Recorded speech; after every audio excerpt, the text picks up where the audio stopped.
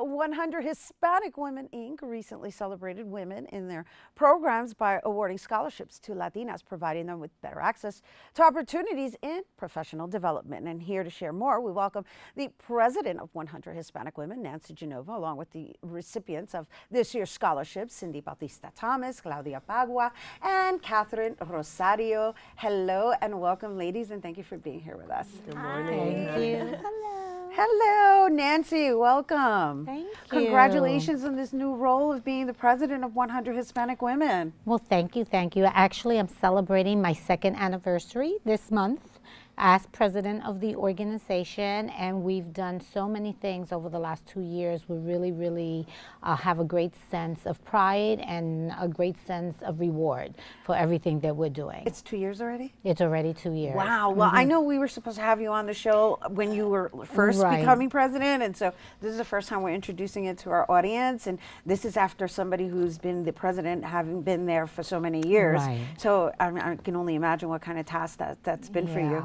Well, it's big shoes to fill. Shirley Rodriguez Ramaniski, the founder of the organization, just celebrated her 79th birthday. Wow. And so she's a pioneer in the Latino community, very well respected. Then my predecessor, Milagros Baez O'Toole, who is board chair of Acacia and was board chair of the Puerto Rican Family Institute. These are phenomenal women in the Latino community. So I'm very much honored and also humbled that they would entrust me with such great a task, but it's a very rewarding experience for me. Well, just before we speak to the ladies and their scholarships, it's just to enlighten our audience, let's just share a little bit about the 100 Hispanic Women and the membership, how long it's been in existence. Okay, so the organization was founded in 1996, and the scholarship program developed in 2002.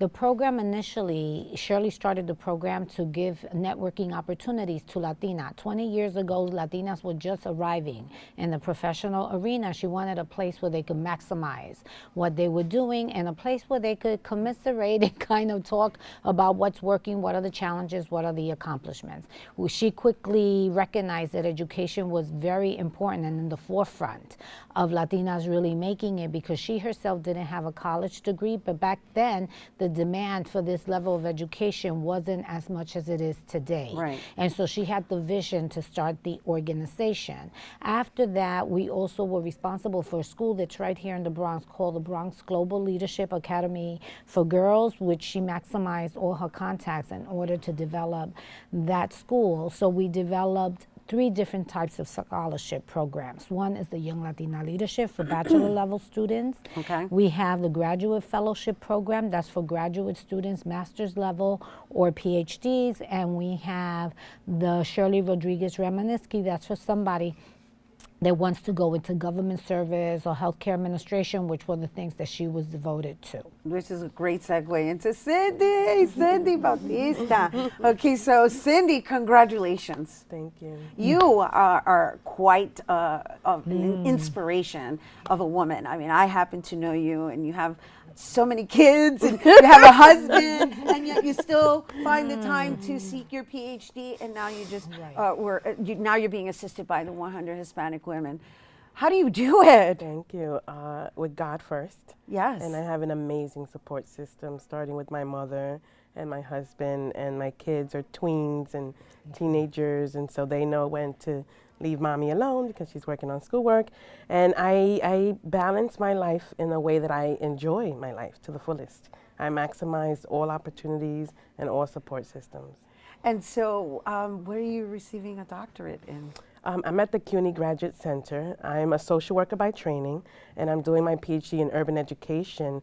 And my dissertation study will be exploring the professional experiences of Latino and women and men in the New York City Department of Education. I'm looking at their language, race, and ethnic identity and how that impacts their professional experiences. Oh, how we need that so much right about now. And so let's just share a little bit about this scholarship that you've been granted by 100 Hispanic Women. Yes, I was so excited. One of my dissertation committee members sent me the email for the scholarship maybe about 3 weeks before it was due, and I hesitated. I thought I had too much on my plate, but he insisted and persisted. And I was able to get my recommendation. I submitted my paperwork. And since then, I've just been so inspired by the organization. I was born and raised in the Bronx, but I've never heard of the 100 Hispanic Women prior to receiving the email. And ever since, I've made so many connections just in the 2 years that I've been connected with the organization. Well, congratulations. Thank you. And so you were the Graduate Fellowship Award recipient. And so now we're going to talk to the Young Latina Leadership Institute Award, which is Claudia Pagua. Pagwai. Pagwai. I'm sorry. No, it's okay. I'm sorry. But congratulations, Claudia. Yeah, thank you. So tell us a little bit about yourself. I'm a sophomore at Hunter College right now. I'm studying urban studies and public policy. And I first heard about the award through an email also when I was a freshman. One of my advisors just sent it out to like all the Latinas in the school. And I happened to see it and I thought it was perfect for me because it was saying how they're going to help girls become more successful professionals and create social change. And that's exactly like what I wanted. But the deadline was like 2 days after that. So I just rushed. I called my teachers. I did the essay and I did everything really quickly because that's how much I wanted it. And I'm so glad that I got it because I've gotten so many opportunities and I feel like I've grown so much as a person too. Oh my gosh, what a wonderful message just conveying to our audience, the power of determination. Yeah. You were committed to making sure you met that deadline. Yeah. And you got it. Yeah, I was so happy about that. That's I was awesome. really nervous and I remember when I met Nancy, I didn't know at that moment that you were the president. I knew that the president was named Who, Nancy. right? Because she's so cool, right? You expect the president to be like all like firm and Yeah, I really did. And they asked me one of the questions like during the interview, why do you think this scholarship is like good for you, or why do you want it? And I said because I need it, because it's going to help me become a better person. It's going to give me that push that I need, because as of right now, I sort of know where I want to go, but I feel like this scholarship program is going to make me find where I want to go. well, congratulations. It's important to have that support system. It is. And it makes you feel so much more powerful, right? Yeah, and they Like give a you reboot.